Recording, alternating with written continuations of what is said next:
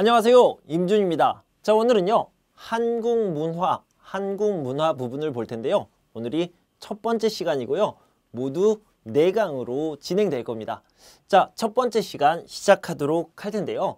첫 번째 시간에는 1과부터 9과까지, 그러니까 하루에 9개 또는 10개 정도를 같이 공부해 보도록 하겠습니다. 자, 첫 번째는요, 가족관계와 호칭어입니다. 자, 옛날에 여러분들이 한국어를 처음 시작할 때요, 아빠, 엄마, 누나, 오빠, 형, 동생 이런 것들을 배웠을 텐데요. 자, 이제는 조금 더 어려운 부분들을 공부해 볼 겁니다. 시댁과 처가댁, 그러니까 남자와 여자가 결혼을 했을 때 다른 사람의 가족을 어떻게 부르느냐, 이런 것들을 한번 살펴볼 텐데요. 당연히 시아버지, 시어머니, 장인어른, 장모님 이런 것들은 알고 있죠. 그거보다 조금 복잡한 것들을 한번 알아볼 텐데요. 자, 이런 것들이 있습니다. 이런 것들 중에서도요, 몇 가지만 얘기를 해볼게요. 자, 여자의 입장에서 생각을 하면요, 남편의 아빠와 엄마, 남편의 아버지와 어머니, 즉 시부모님이 있는 곳을 시댁이라고 얘기하게 되고요. 거기에는요, 여러 가지 호칭을 가진 가족들이 있습니다. 자, 먼저 여기를 보면 남편의 형은 아주버님이라고 얘기하고요. 남편의 동생은 결혼을 했으면 서방님이라고 하고요. 결혼을 아직 안 했으면 도련님이라고 얘기를 합니다. 이렇게 나눠서 알아두시면 되겠습니다. 남편의 여동생 같은 경우에는요, 아가씨라고 부르면 되겠습니다. 자, 남자의 입장에서 처가, 그러니까 아내의 부모님, 장인어른, 장모님이 살고 있는 집에 가족들을 어떻게 부르느냐 한번 살펴보면요. 자, 간단하게 아내의 오빠는요, 형님이라고 부릅니다. 그런데요, 다른 사람에게 소개할 때는 처남이라고 얘기하고요. 부를 때만 형님이라고 얘기합니다. 그러면 동생은 뭐라고 얘기합니까?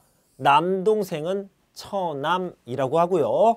아내의 여자 형제, 즉 아내의 언니, 아내의 여동생은요, 여동생은 처제라고 하고, 그 다음에 언니는 처형이라고 얘기합니다. 다시 한번, 아내의 여동생은 처제, 아내의 언니는 처형, 이렇게 얘기하게 됩니다.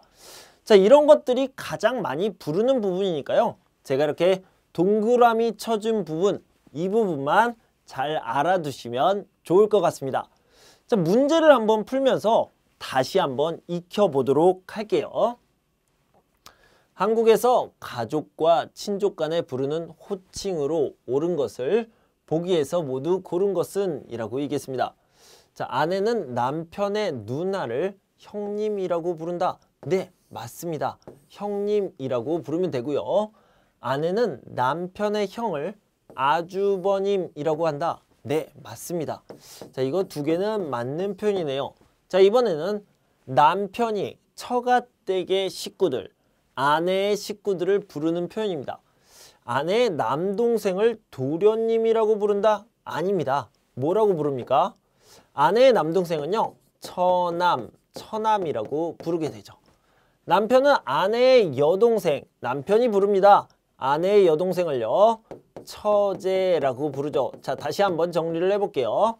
아내의 남동생이나 오빠는요, 처남이라고 부르고, 오빠 같은 경우에는 부를 때, 말할 때는 형님이라고 부를 수 있습니다. 자, 그 다음에요, 아내의 여동생은 처제라고 얘기하고요. 아내의 언니는 처형이라고 얘기합니다. 자, 이 부분은 꼭 알아두시는 게 좋겠습니다. 자, 다음 문제를 봅시다. 자, 한국의 식문화, 이것이 한국 문화 두 번째인데요. 자, 여기 이렇게 3가지 음식을 한번 준비해 봤습니다. 잔치국수, 미역국, 찹쌀떡인데요. 자, 이거는 한국 사람들에게 굉장히 큰 의미가 있는 음식들이기 때문에 하나씩 설명드리도록 하겠습니다. 자, 먼저 잔치국수를 보면요, 이렇게 맛있게 면이 있습니다. 이 면을 하나 가지고 와서 늘어뜨리면요. 면이 아주 길게 있어요. 이렇게 길다라는 것이 굉장히 특별한 의미가 있는데요. 이렇게 길다라는 것은요. 우리의 인생, 우리가 살아가는 시간도 길다라는 의미고요. 그것을 바로 장수라고 얘기합니다. 그래서 국수의 이런 긴 면발, 긴 모양을 보고 오래오래 사세요, 항상 건강하세요, 이런 것들을 바라는 마음을 넣었습니다. 그래서요, 잔치국수는요, 장수, 오랫동안 사는 것을 바라는 마음이 들어있는 그런 음식이고요. 선생님, 잔치국수는 결혼식에서 보지 않나요? 결혼식에서 먹지 않습니까? 이렇게 질문할 수 있는데요. 네, 남자와 여자가 결혼을 하는데 왜 결혼해요? 서로 사랑하니까 결혼하죠. 이 사랑이 영원히 아주 오랫동안 긴 시간 동안 가라는 의미에서 잔치국수를 먹습니다. 그래서 사랑이 오랫동안 가다, 건강하게 오래 살다, 이런 의미로 국수를 먹는다, 잔치국수를 먹는다, 이렇게 생각하시면 되겠습니다. 자, 두 번째는 미역국입니다. 미역국은 생일에 먹는 걸로 아주 유명하죠. 그런데 선생님, 왜 생일에 미역국을 먹습니까? 자, 엄마를 생각해 봅시다. 엄마가요, 이렇게 배가 불러서 우리를 낳았습니다. 우리가 여기 엄마 뱃속에 있다가 나왔죠. 응애 응애 이렇게 태어났습니다. 태어났는데 이렇게 우리가 태어날 때 엄마가 피를 많이 흘립니다. 피를 많이 흘리는데 이 피를 많이 흘렸기 때문에 피를 다시 만들어야 되는데요. 그때 미역국을 먹으면 건강에 좋아요. 피를 만드는데 도움이 된다고 합니다.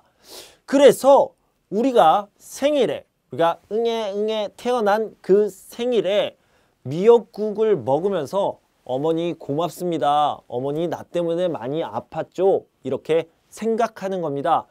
어머니에 대한 고마움, 어머니 고맙습니다. 이런 것들을 생각하면서 먹는 음식이 바로 생일에 먹는 미역국입니다. 자, 그런데요, 이 미역국을 먹으면 안 되는 날이 있습니다. 먹으면 안 돼요. 언제예요? 바로 시험 볼 때입니다. 시험을 볼 때는요, 이 미역국을 먹으면 미끄럽다, 미끄러서 붙지 않는다 라고 생각해서요, 시험에 떨어질 수 있다 라고 생각을 했습니다. 그래서요, 시험을 보는 날에는 미역국을 먹지 않는다. 자, 이런 생각을 한국 사람들은 가지고 있고요. 또 미역국을 먹었다. 이번 시험에서 미역국을 먹었다 라고 얘기하면요, 시험에 떨어졌다라는 의미가 됩니다. 자, 마지막으로요, 찹쌀떡입니다. 방금 미역국 얘기를 하면서 시험 얘기를 했습니다. 그래서 시험 때는 미역국을 먹으면 안 돼요. 선생님, 그러면 무엇을 먹으면 좋습니까? 바로 이겁니다. 찹쌀떡이죠. 자, 찹쌀떡을 이렇게 먹다가 던집니다. 던지면 여기에 붙어서 안 떨어져요. 자, 이런 특징을 가지고 있기 때문에 찹쌀떡을 먹으면 합격해요, 붙어요, 이렇게 생각할 수 있죠. 그래서 친구가 시험을 보면요, 찹쌀떡을 선물합니다. 꼭 붙으세요, 꼭 합격하세요, 이런 의미가 있어서요, 찹쌀떡을 선물해 주기도 하고요. 시험을 보는 사람들이 찹쌀떡을 먹고 시험을 보기도 합니다. 자, 그럼 문제를 풀어보도록 하겠습니다. 자, 역시 음식에 관련된 문제인데요. 여러분들 생각할 때 한국의 대표 음식은 무엇입니까? 자, 생각하고 계시고요. 문제를 풀어봅시다. 배추, 무 등 싱싱한 채소를 소금에 절이고 각종 양념과 젓갈을 넣어 버무려 일정 기간 발효시킨 한국 고유의 음식이고요. 대표 음식이라고 얘기해도 괜찮겠네요. 자, 어떤 겁니까? 바로 김치죠. 자, 배추나 무라고 얘기했는데요. 김치에는 여러 가지 종류가 있습니다. 배추김치도 있고요. 깍두기도 있습니다. 그것 말고도 열무김치, 동치미, 여러 가지 종류의 김치가 있죠. 그러니까 배추나 무, 다른 채소들로 김치를 만들 수 있다. 이렇게 생각할 수 있겠고요. 여기에 메주라는 게 나오는데요. 이 메주는요. 메주를 가지고 된장도 만들 수 있고 고추장도 만들 수 있고 간장도 만들 수 있습니다. 메주는 뭘로 만듭니까? 콩으로 만들죠. 콩으로 메주를 만들고 메주로 된장, 고추장, 간장 이런 것들을 많이 만들 수 있다. 이렇게 알아두시면 되겠습니다. 자, 다음 세 번째 공공기관과 공문서를 좀 살펴볼 텐데요. 이거는 바로 문제를 한번 풀어보고 설명을 드리도록 하겠습니다. 자, 다음 설명에 해당하는 것은 한국에 입국한 날로부터 90일 넘게 머무르다 한국에 있다라는 말이죠. 그런 외국인은요. 입국한 날부터 90일 이내에 90일 안에 신청해야 합니다. 무엇을 신청해야 됩니까? 저는 외국인입니다. 그런데 한국에 오랫동안 90일 동안 있을 거예요. 있어요. 이렇게 얘기할 때는요. 등록을 해야 됩니다. 저는 한국에 오랫동안 있습니다. 라고 신청을 하고 등록을 해야 되는데요. 그것을 외국인 등록이다 라고 얘기를 하죠. 그래서요. 출입국관리사무소에 가서 외국인 등록을 해야 됩니다. 시간이 얼만큼이라고요? 90일입니다. 90일을 꼭 기억하시면 되겠습니다. 자, 공공기관과 공문서는 여러 가지가 있는데요. 그 중에서도 가장 중요한 건 여러분들이 잘 알고 있는 비자, 체류 자격이죠. 이 체류 자격에 대해서 잘 아시면 되고요. 여행을 할 때 필요한 여권, 패스포트라고 할 수 있죠. 그래서 여권과 체류 자격, 그리고 외국인 등록 이런 부분들을 중심으로 정리해 두시면 공부해 두시면 도움이 많이 될 것 같습니다. 자, 한국인의 특성에 대해서 알아보도록 하겠습니다. 자, 외국 사람들에게요. 한국 사람은 어때요? 라고 물어봤는데 한국 사람들은 똑똑해요. 그 다음에 부지런해요. 성실해요. 이런 말을 했는데요. 가장 많은 외국인들이 얘기한 부분은요. 바로 빨리빨리입니다. 와, 성격이 정말 급해요. 뭐든지 빨리빨리 합니다. 이렇게 얘기하는데요. 빨리빨리 하는 것은 좋아요, 나빠요? 당연히 좋은 것도 있고 나쁜 것도 있겠죠. 자, 좋은 점, 장점부터 얘기해 봅시다. 한국은요. 옛날에 못 사는 나라였는데 지금은 잘 사는 나라가 되었습니다. 왜요? 경제가 많이 아주 빨리 발전했기 때문인데요. 어떤 이유 때문일까요? 바로 빨리빨리 문화 때문이다. 다른 이유도 있겠지만 이 이유가 굉장히 크다, 중요하다 이렇게 생각합니다. 그래서 경제 발전에 힘이 되었다 이렇게 생각할 수 있고요. 좋은 점이라고 생각할 수 있습니다. 자, 그럼 나쁜 점은 뭐가 있습니까? 항상 바빠요. 여유가 없습니다. 여유로움을 잃어버렸습니다. 이렇게 얘기할 수 있는데요. 조금 여유 있게 생활을 즐길 수 있는데 한국 사람들은 빨리빨리 문화 때문에 뭐든지 빨리빨리 하기 때문에 이런 여유를 가질 수 없습니다. 이것을 단점이라고 생각할 수 있겠죠. 자, 문제를 한번 풀어봅시다. 한국인의 특성에 관련된 문제이긴 한데요. 자, 여기를 봅시다. 빨리빨리 문화의 장점, 좋은 점으로 옳지 않은 것, 틀린 것을 찾는 문제입니다. 자, IT 기술이 발달했습니다. IT 기술이 빠르게 발달했다. 인터넷 속도가 향상되었다. 속도가 좋아졌다. 좋아지다를 향상되다. 이렇게 표현하죠. 자, 이것도 맞죠? 이것도 맞고요. 경제 발전의 원동력. 네, 제가 설명했습니다. 경제 발전에 힘이 되었다. 맞습니다. 삶의 여유로움의 상실. 자, 이거는요. 맞는 말인데 이것은 단점, 나쁜 점이죠. 그러니까 장점이 아닙니다. 4번이 답이 되겠네요. 정답은 4번입니다. 장점, 장점, 장점, 그리고 단점이니까요. 자, 다음은 한국의 주거 문화입니다. 주거라는 것은 살다, 주거하다 라는 말인데 어디에 살아요? 집에 살죠. 집에 대한 이야기를 좀 해보도록 하겠습니다. 자, 한국의 전통 집을 뭐라고 하냐면 한옥.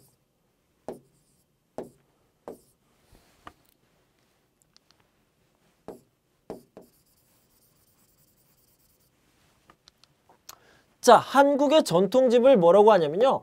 한옥. 한옥이라고 얘기하는데 여러분들이 한옥을 생각하면 보통 이런 집을 생각하죠. 그런데요. 한옥이라는 것은 이렇게 두 가지를 더한 겁니다. 초가집이라는 게 있고 기와집이라는 게 있습니다. 자, 지붕의 모양 때문인데요. 자, 이렇게 풀로 만든 지붕이 있을 때 이것을 초가집이라고 하고요. 이렇게 기와로 만든 지붕이 있을 때 기와집이라고 얘기를 합니다. 자, 한옥의 특징을 좀 살펴보면요.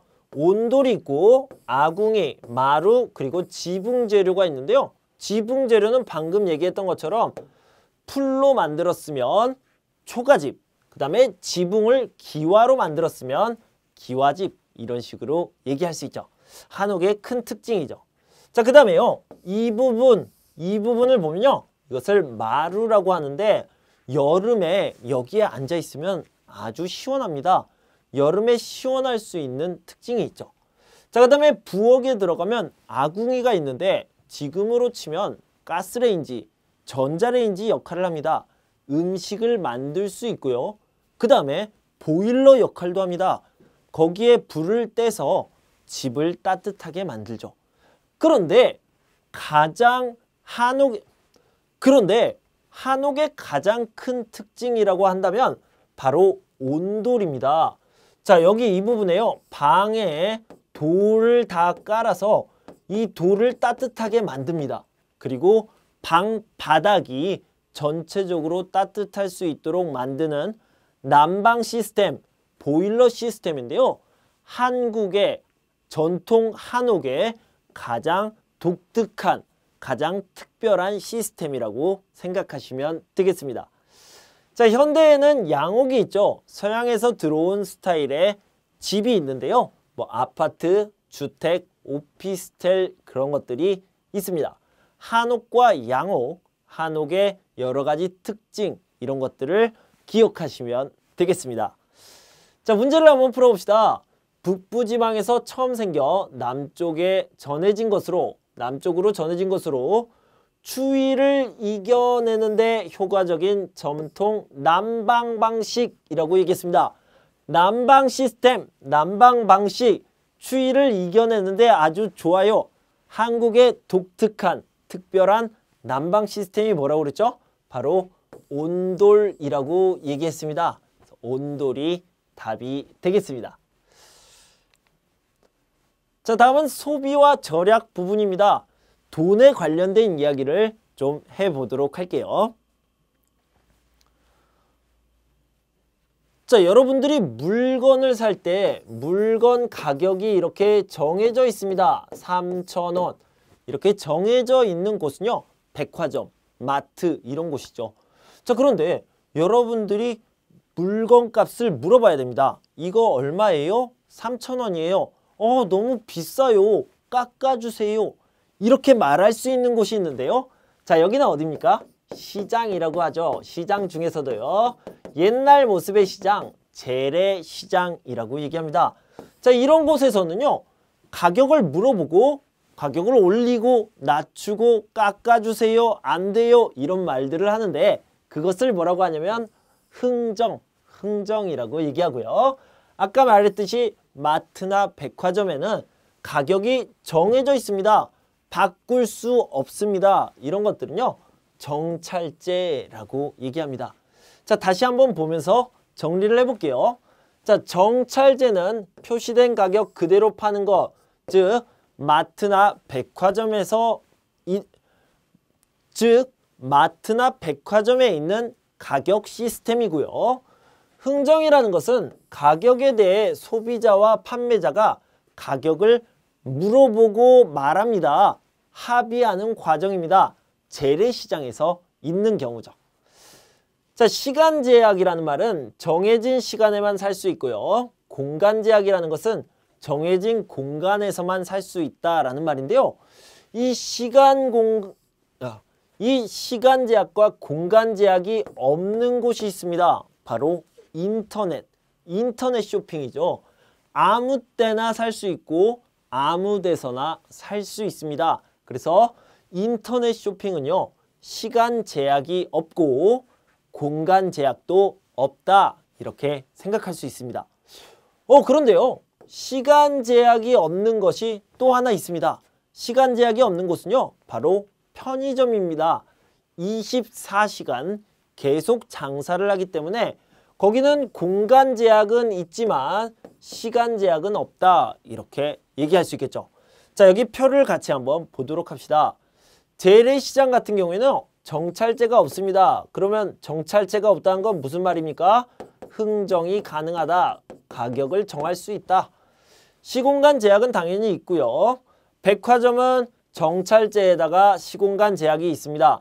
대형마트, 슈퍼마켓 모두 그렇죠.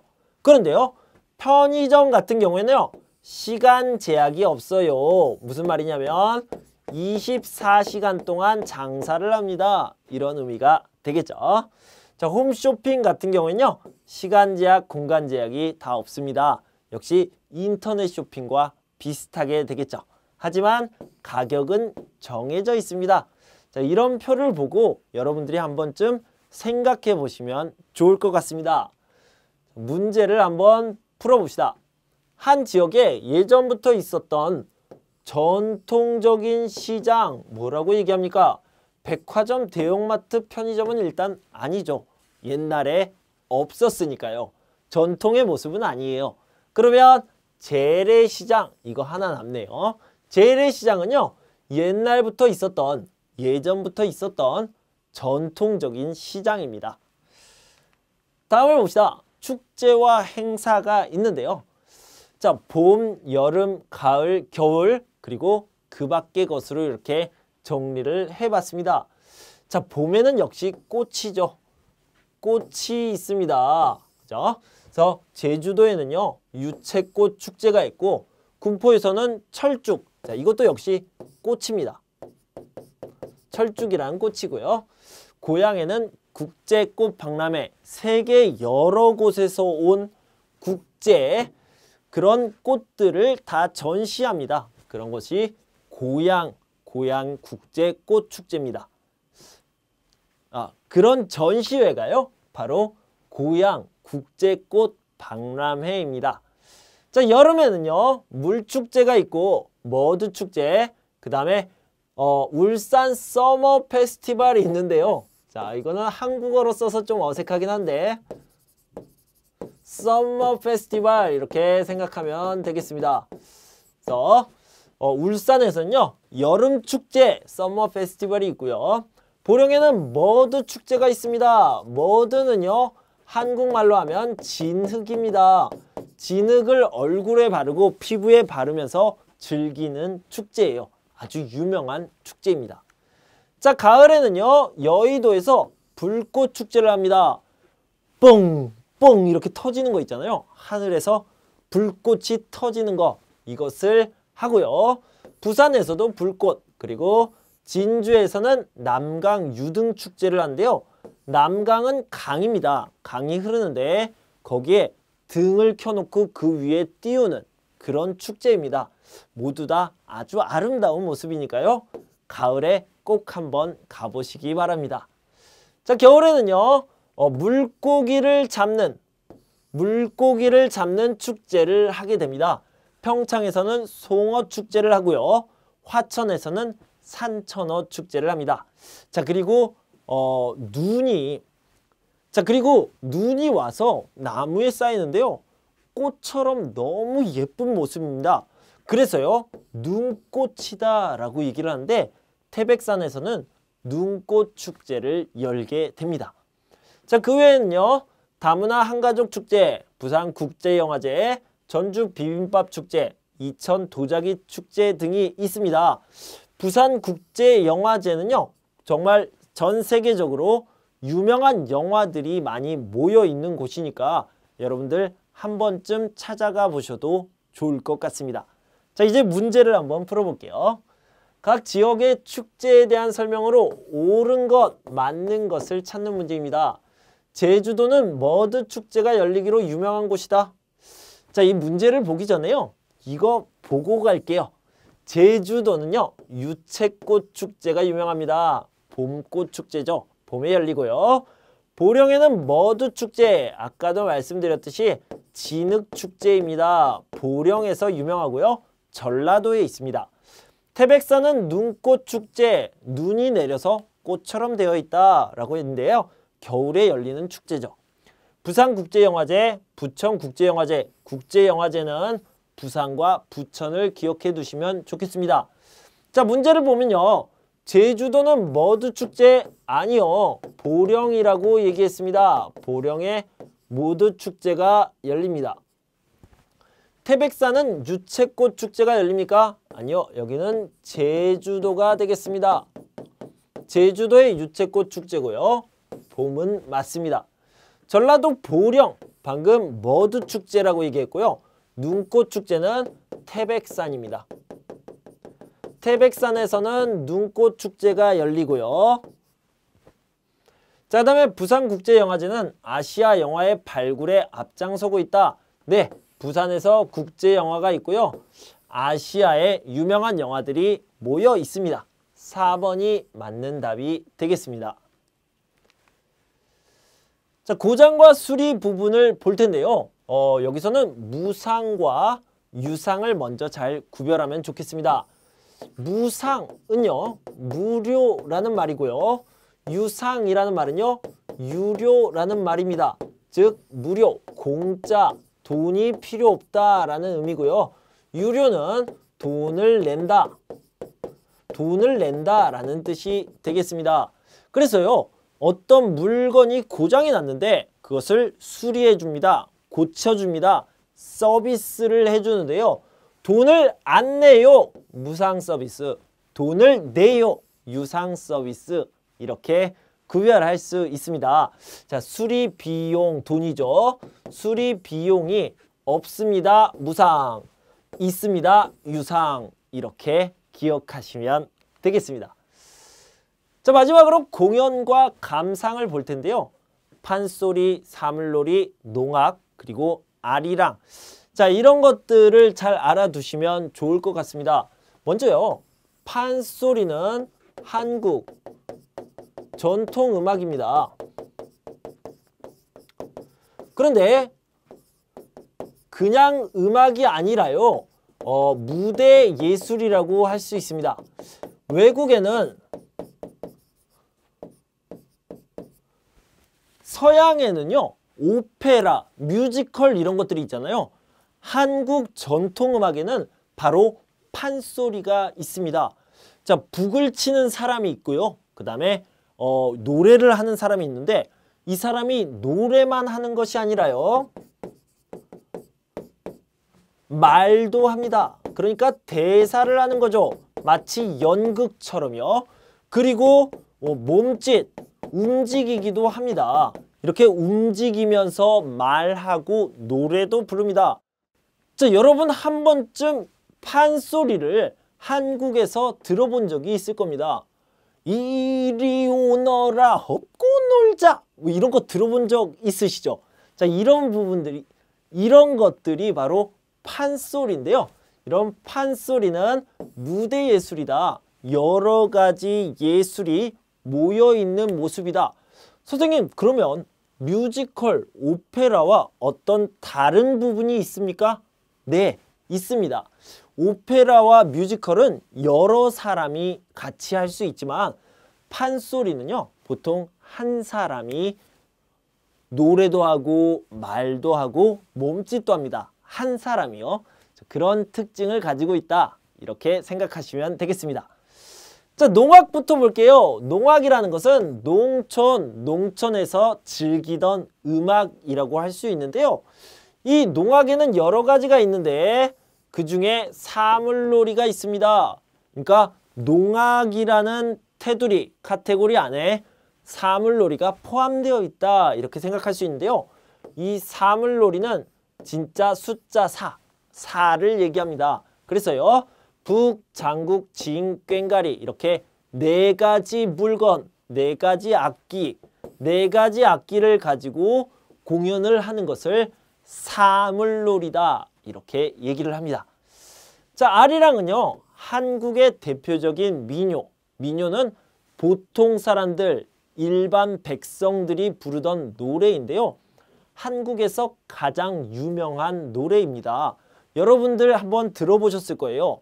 아리랑 아리랑 아라리요. 이런 노래 들어보셨죠? 그래서 이 노래가 바로 아리랑, 한국의 대표 민요입니다. 자, 문제를 한번 풀어보도록 할게요. 소리꾼 한 사람이요. 고수의 북장단에 맞추어 이야기를 소리와, 여기 노래라는 말이에요. 안일이, 말이 있고요. 대사라는 말이죠. 자, 노래와 대사를 다 섞어서요. 그리고 발림, 몸짓으로 나타내는 거, 그런 것들을 뭐라고 얘기합니까? 한국의 전통음악입니다. 바로 판소리라고 얘기한다고 했죠. 자, 다시 한번 복습해보면요. 사물놀이는 사라는 뜻이고요. 4가지 물건, 4가지 물건인데 물건이라기보다는 악기라고 얘기하면 좋겠습니다. 4가지 악기로 연주하는 것을 사물놀이라고 얘기한다고 했습니다. 민요는 대표적으로 아리랑이 있다 이렇게 생각해 주시면 좋겠습니다. 자, 이렇게 9가지 꼭지를 가지고요. 여러분들과 함께 문화를 살펴봤습니다. 여러분 공부하시느라 정말 수고 많으셨고요. 저는 다음 시간에 또 9가지 꼭지를 가지고 돌아오도록 하겠습니다. 그때까지 여러분 건강하고 행복하세요. 감사합니다.